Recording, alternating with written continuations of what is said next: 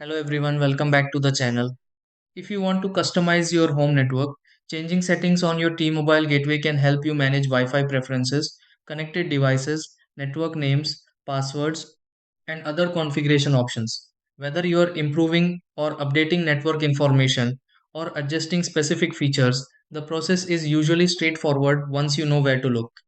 The T-Mobile gateway provides access to various settings through its management tools, allowing you to make changes without complicated networking knowledge. In this video, I'll walk you through several simple steps that can help you access and modify T-Mobile gateway settings. Try these. Step 1. Connect a device to the T-Mobile gateway. Step 2. Sign into the T-Mobile gateway management page. Step 3. Open settings on the T-Mobile gateway. Step 4. Update the desired T-Mobile gateway options. Step 5. Save changes on the T-Mobile gateway.